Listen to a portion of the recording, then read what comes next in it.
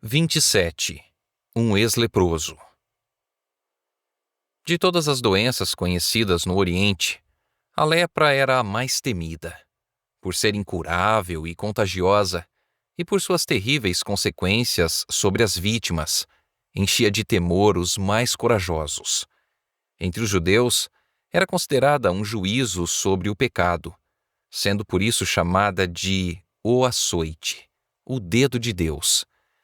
Profundamente arraigada e mortal, era considerada símbolo do pecado. Pela lei ritual, o leproso era declarado imundo. Era excluído das habitações humanas como se já estivesse morto. Tudo que tocava ficava imundo. O ar era poluído por seu hálito. Uma pessoa suspeita dessa doença devia se apresentar aos sacerdotes, que tinham de examinar e decidir o caso. Sendo declarada leprosa, era separada da família, isolada da congregação de Israel e condenada a conviver unicamente com os que também sofriam desse mal. A lei era inflexível em suas exigências. Nem os próprios reis e líderes estavam isentos. Um rei que sofria desse terrível mal tinha de renunciar ao cetro e abandonar a sociedade. Separado de amigos e parentes, o leproso devia sofrer a maldição de sua enfermidade. Era obrigado a anunciar a própria desgraça, a rasgar as roupas, a fazer soar o aviso, advertindo a todos para fugirem de sua presença contaminadora. O grito, imundo, imundo, emitido em tons de lamento pelo pobre exilado, era um sinal que se ouvia com repugnância e medo. Na região onde Cristo desenvolvia seu ministério, havia muitos desses sofredores, e quando tomaram conhecimento da obra que ele realizava, um lampejo de esperança surgiu. Entretanto, desde os dias do profeta Eliseu, nunca se ouvira falar da cura de uma pessoa contaminada por essa enfermidade. Não ousavam esperar que Jesus fizesse em seu benefício aquilo que nunca tinha realizado por ninguém. Apesar disso, houve alguém em cujo coração a fé começou a nascer, mas não sabia como se aproximar de Jesus. Excluído do contato dos semelhantes, como se apresentaria ao médico? Além disso, perguntava a si mesmo se Cristo o curaria. Ele pararia para atender a uma pessoa que era considerada vítima de um castigo de Deus. À semelhança dos fariseus e mesmo dos médicos, não iria proferir sobre ele uma maldição, advertindo-o que abandonasse a civilização? Pensava em tudo quanto lhe fora dito sobre Jesus. Nenhum dos que buscavam seu auxílio fora rejeitado. O pobre homem decidiu ir ao encontro do Salvador. Embora excluído das cidades, podia ser que acontecesse de atravessar seu caminho em algum atalho das montanhas, ou encontrá-lo enquanto ensinava fora das cidades. As dificuldades eram grandes, mas essa era sua única esperança. O leproso foi guiado ao Salvador. Jesus estava ensinando próximo ao lago, enquanto o povo se reunia ao seu redor. Mesmo se mantendo à distância, o pobre homem conseguia ouvir algumas palavras dos lábios de Jesus. Observava-o ao colocar as mãos sobre os enfermos. Viu o cego, o paralítico e os que estavam perecendo de várias enfermidades se erguerem com saúde, louvando a Deus por seu livramento. A fé se fortaleceu em seu coração. Aproximou-se mais ainda da multidão reunida. As restrições que lhe foram impostas, a segurança do povo e o temor com que todos o olhavam, tudo foi esquecido. Pensou somente na bendita esperança da cura. A condição desse enfermo era repugnante. A doença fizera grandes estragos, e era horrível ver seu corpo em decomposição. Ao avistá-lo, o povo recuou apavorado. As pessoas na multidão se atropelavam para evitar o contato com ele. Alguns tentaram impedi-lo de se aproximar de Jesus, mas foi em vão. Ele não os via nem os ouvia. Suas expressões de repugnância não o atingiram. Via unicamente o Filho de Deus. Escutara apenas a voz que comunicou vida ao que estava morrendo. Indo até Jesus, atirou-se aos pés dele com o grito: Senhor, se quiseres, podes purificar-me. Jesus respondeu: Quero, fica limpo. E pôs a mão sobre ele. Operou-se imediatamente uma transformação no leproso. Sua carne ficou sã, os nervos recuperaram a sensibilidade e os músculos a firmeza. A aspereza e escamosidade características da pele atingida por lepra desapareceram, sendo substituídas por um tom suave, como o da pele de uma criança saudável.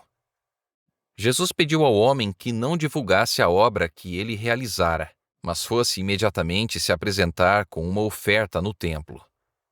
Essa oferta não podia ser aceita enquanto os sacerdotes não o examinassem, declarando-o completamente livre da enfermidade.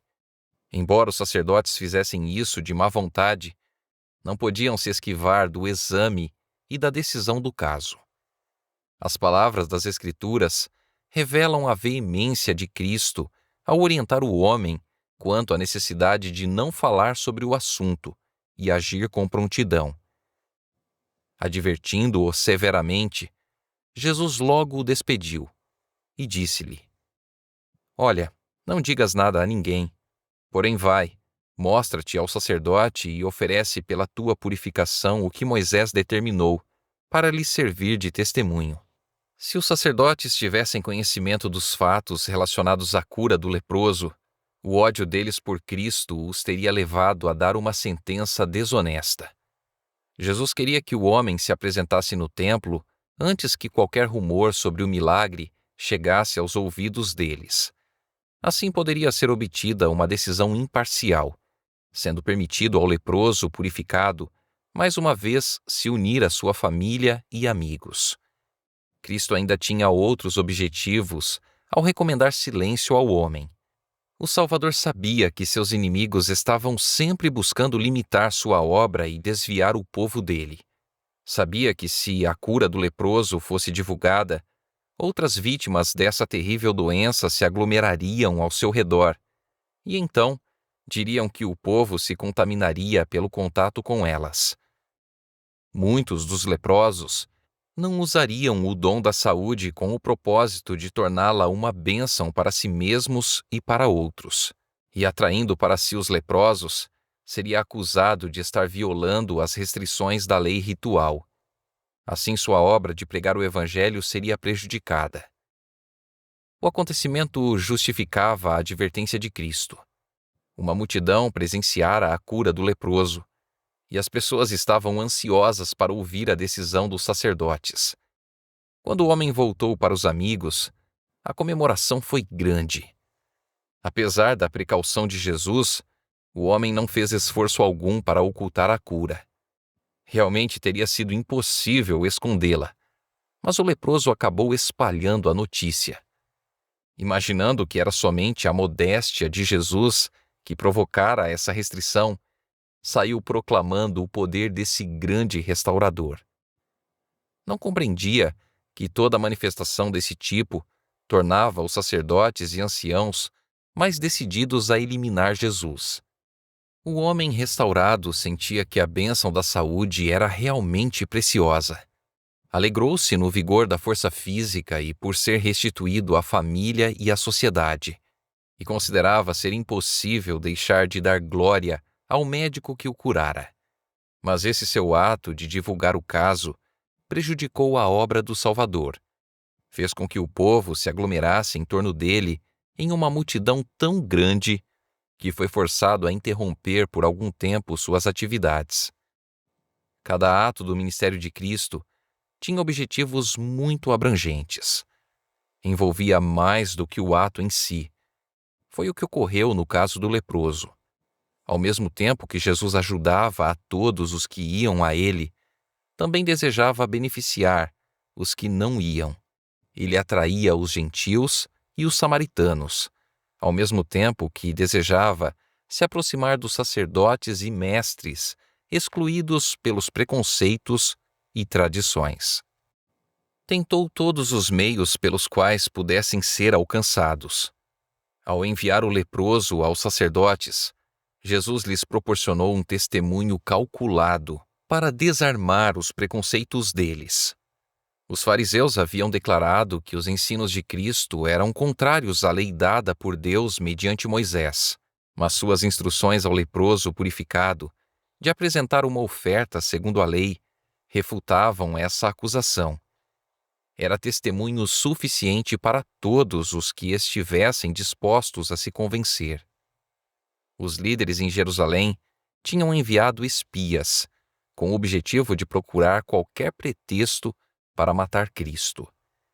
Ele lhes respondeu, apresentando uma prova de seu amor pela humanidade, seu respeito pela lei e o poder que tinha de libertar do pecado e da morte. Assim testificou acerca deles: pagaram-me o bem com o mal, o amor com ódio. Aquele que deu no monte o preceito: amai os vossos inimigos. Exemplificou ele próprio o princípio, não pagando mal por mal ou injúria por injúria, antes, pelo contrário, bendizendo. Os mesmos sacerdotes que haviam condenado o leproso à exclusão atestaram sua cura. Essa sentença, proferida e registrada publicamente, era um firme testemunho em favor de Cristo. E ao ser o homem reintegrado, sadio na congregação de Israel, sob a afirmação dos próprios sacerdotes de que não havia nele vestígio da doença, tornou-se um vivo testemunho de seu benfeitor.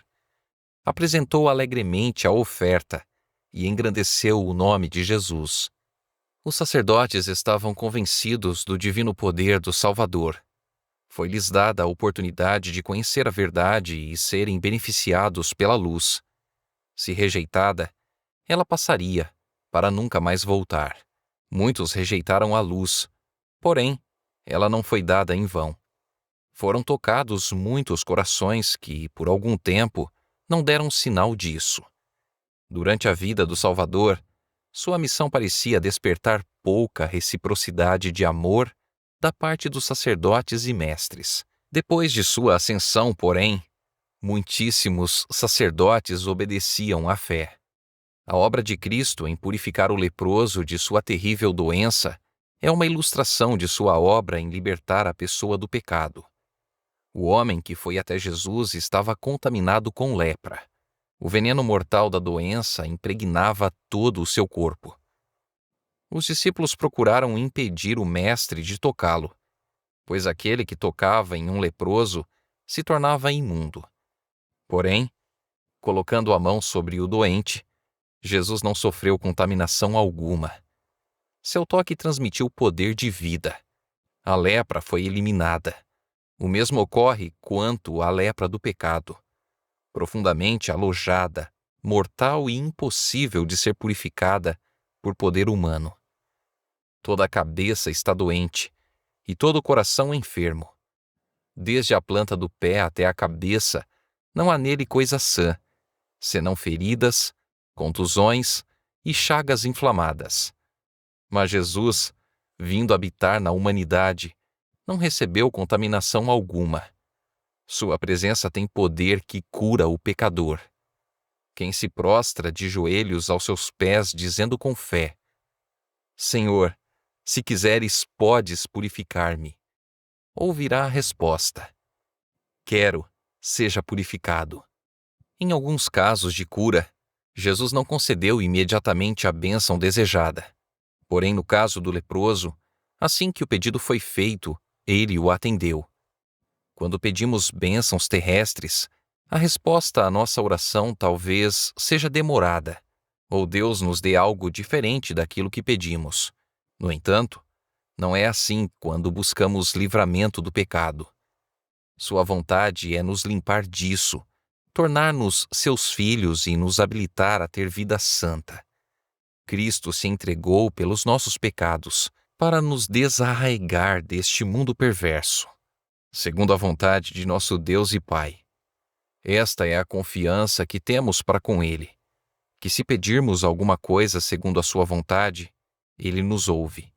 E se sabemos que Ele nos ouve, Quanto ao que lhe pedimos, estamos certos de que obtemos os pedidos que lhe temos feito. Se confessarmos os nossos pecados, ele é fiel e justo para nos perdoar os pecados e nos purificar de toda a injustiça. Na cura do paralítico de Cafarnaum, Cristo voltou a ensinar a mesma verdade. Foi para manifestar seu poder de perdoar pecados que o milagre foi realizado. Além disso, a cura do paralítico ilustra outras preciosas verdades.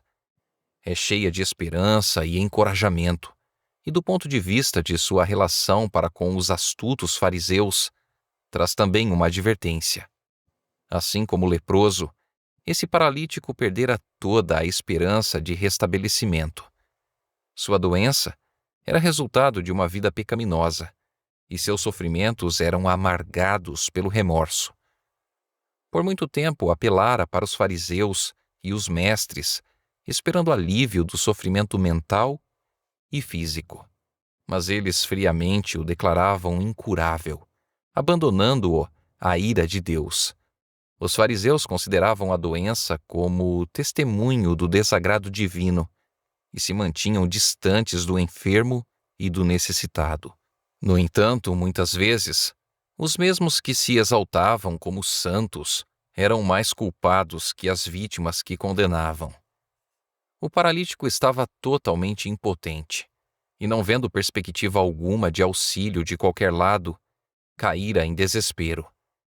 Então ouvira falar das maravilhosas obras de Jesus. Foi-lhe dito que outros, tão pecadores e desamparados como ele, haviam sido curados. Até mesmo leprosos tinham sido purificados. E os amigos que relatavam essas coisas o incentivavam a crer que também poderia ser curado, se pudesse ser conduzido a Jesus. No entanto, sua esperança desapareceu ao se lembrar da maneira pela qual tinha contraído a enfermidade. Temeu que o imaculado médico não o tolerasse em sua presença. Não era tanto o restabelecimento físico que desejava, mas sim o alívio para o fardo do pecado. Se pudesse ver a Jesus e receber a certeza do perdão e a paz com o céu, estaria contente de viver ou morrer, conforme a vontade de Deus. Ele gritava: "Ah, se eu pudesse chegar à sua presença!"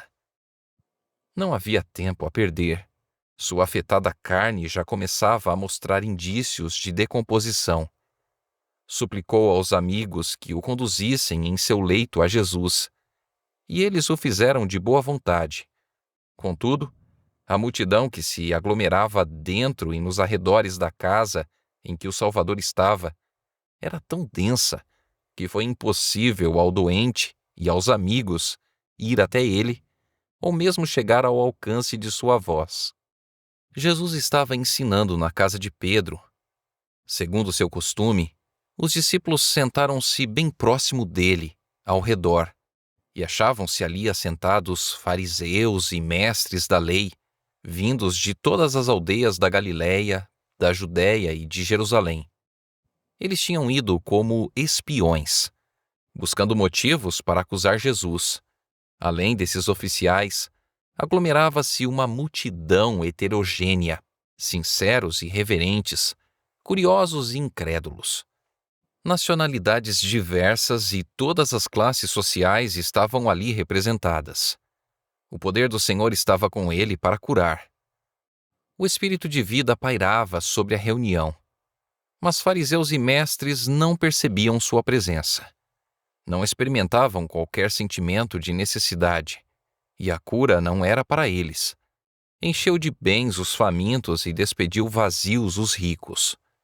Repetidas vezes, os amigos que transportavam o paralítico procuraram abrir caminho por entre a multidão, mas em vão. O enfermo olhava ao redor de si com inexprimível angústia. Como poderia abandonar a esperança quando o socorro que há tanto tempo aguardava estava tão perto? Por sugestão sua, os amigos o levaram ao telhado e, abrindo um buraco no teto, desceram-no aos pés de Jesus. O discurso foi interrompido. O Salvador contemplou o doloroso semblante e viu os suplicantes olhos fixos nele. Entendeu o que estava acontecendo. Tinha atraído a si aquele perplexo e duvidoso homem. Enquanto o paralítico ainda estava em casa, o Salvador levara a convicção à sua consciência. Quando se arrependera de seus pecados e crera no poder de Jesus para curá-lo, as vitalizantes misericórdias do Salvador haviam começado a beneficiar seu ansioso coração. Jesus observara o primeiro sinal de fé transformar-se na crença de que ele era o único auxílio do pecador e o tinha visto tornar-se mais e mais forte a cada novo esforço para chegar à sua presença. Agora, em palavras que soaram como música aos ouvidos do enfermo, o Salvador disse: Tem bom ânimo, filho. Estão perdoados os teus pecados. O fardo de desespero saiu da mente do enfermo. A paz do perdão chegou ao seu coração e brilhou em seu rosto. O sofrimento físico desapareceu e todo o seu ser foi transformado. O impotente paralítico estava curado. O pecador culpado estava perdoado. Com fé simples, aceitou as palavras de Jesus como a bênção de uma nova vida. Não insistiu em qualquer outro pedido, mas permaneceu em alegre silêncio, feliz demais para se expressar com palavras. A luz do céu brilhava de sua fisionomia, e o povo contemplava a cena com assombro. Os rabinos haviam esperado ansiosamente para ver o que Jesus faria com esse caso. Lembravam-se de como o homem apelara para eles em busca de auxílio e haviam recusado oferecer-lhe esperança e compaixão. Não satisfeitos com isso, haviam declarado que estava sofrendo a maldição de Deus por causa de seus pecados. Tudo isso lhes veio novamente à lembrança ao verem o enfermo diante de si. Observaram o interesse com que todos contemplavam a cena e experimentaram o terrível medo de perder a influência sobre o povo. Esses líderes não disseram nada, mas olhando-se, leram no rosto uns dos outros o mesmo pensamento de que devia ser feita alguma coisa para deter a onda de sentimentos. Jesus havia declarado que os pecados do paralítico estavam perdoados. Os fariseus tomaram essas palavras como blasfêmia e conceberam a ideia de apresentá-las como pecado digno de morte. Disseram em seu coração: Isto é blasfêmia. Quem pode perdoar pecados, senão um que é Deus? Fixando sobre eles o olhar, sob o qual tiveram medo e recuaram, Jesus questionou: Por que pensais mal em vosso coração? Pois o que é mais fácil? Dizer ao paralítico: Perdoados te são os teus pecados? Ou levanta-te e anda? Ora, para que saibais que o Filho do Homem tem na terra autoridade para perdoar pecados. Disse então ao paralítico: Levanta-te, toma a tua cama e vai para a tua casa. Então aquele que fora levado a Cristo em um leito colocou-se de pé com a elasticidade e o vigor da juventude. O poder da vida corria em suas veias. Cada parte de seu corpo voltou a funcionar imediatamente. A palidez terminal foi substituída por um aspecto saudável. Ele se levantou e, no mesmo instante, tomando o leito, retirou-se à vista de todos, a ponto de se admirarem todos e darem glória a Deus, dizendo: Jamais vimos coisa assim. Como é maravilhoso ver o amor de Cristo, inclinando-se para curar o culpado e o aflito. A divindade se compadecendo dos males da sofredora humanidade e suavizando-os. Que maravilhoso poder manifestado assim aos olhos dos filhos dos homens. Quem consegue duvidar da mensagem de salvação? Quem consegue menosprezar as misericórdias de tão compassivo Redentor? Nada menos que um poder criador era necessário para devolver a saúde àquele decadente corpo. A mesma voz que comunicou vida ao homem criado do pó da terra transmitiu-a ao paralítico à beira da morte. E o mesmo poder que havia dado vida ao corpo renovara seu coração. Aquele que na criação falou e tudo se fez, que ordenou e tudo passou a existir, comunicará vida à pessoa morta em ofensas e pecados. A cura do corpo era a evidência do poder que tinha renovado o coração. Cristo pediu ao paralítico que se levantasse e andasse. Para que saibais, disse ele, que o Filho do Homem tem na terra autoridade para perdoar pecados. O paralítico encontrou em Cristo cura, tanto para o corpo quanto para a alma. A cura espiritual foi seguida da restauração física. Essa lição não deve ser desconsiderada. Existem hoje milhares de vítimas de sofrimentos físicos, as quais, como o paralítico, estão ansiosas pela mensagem. Os teus pecados estão perdoados. O fardo do pecado, com sua inquietação e desejos insatisfeitos, é o fundamento de suas doenças.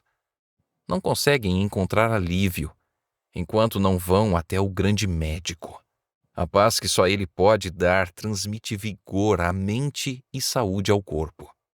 Jesus veio para destruir as obras do diabo. A vida estava nele, e ele diz: Eu vim para que tenham vida e a tenham em abundância. Jesus é espírito vivificante e possui ainda o mesmo poder vitalizante que tinha quando na terra curava o doente e assegurava o perdão ao pecador. Ele perdoa todas as tuas iniquidades, sara todas as tuas enfermidades.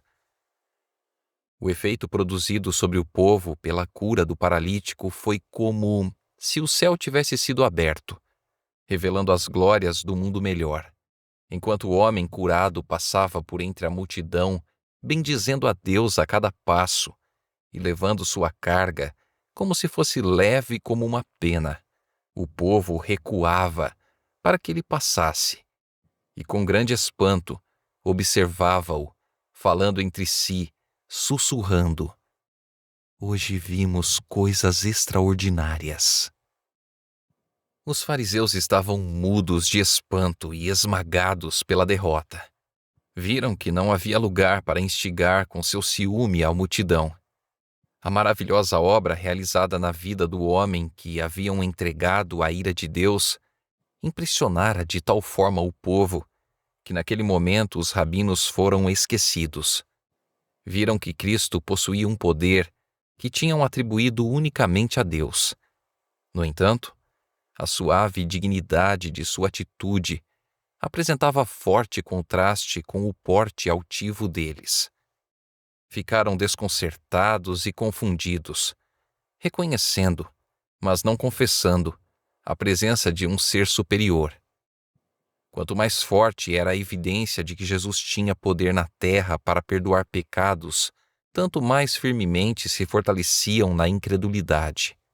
Da casa de Pedro, onde tinham assistido o restabelecimento do paralítico por sua palavra, saíram para formular novos planos para silenciar o Filho de Deus. A enfermidade física, embora maligna e profundamente alojada, foi afastada pelo poder de Cristo. Mas a enfermidade espiritual dominou os que fecharam os olhos à luz. A lepra e a paralisia não eram tão terríveis quanto a hipocrisia e a incredulidade.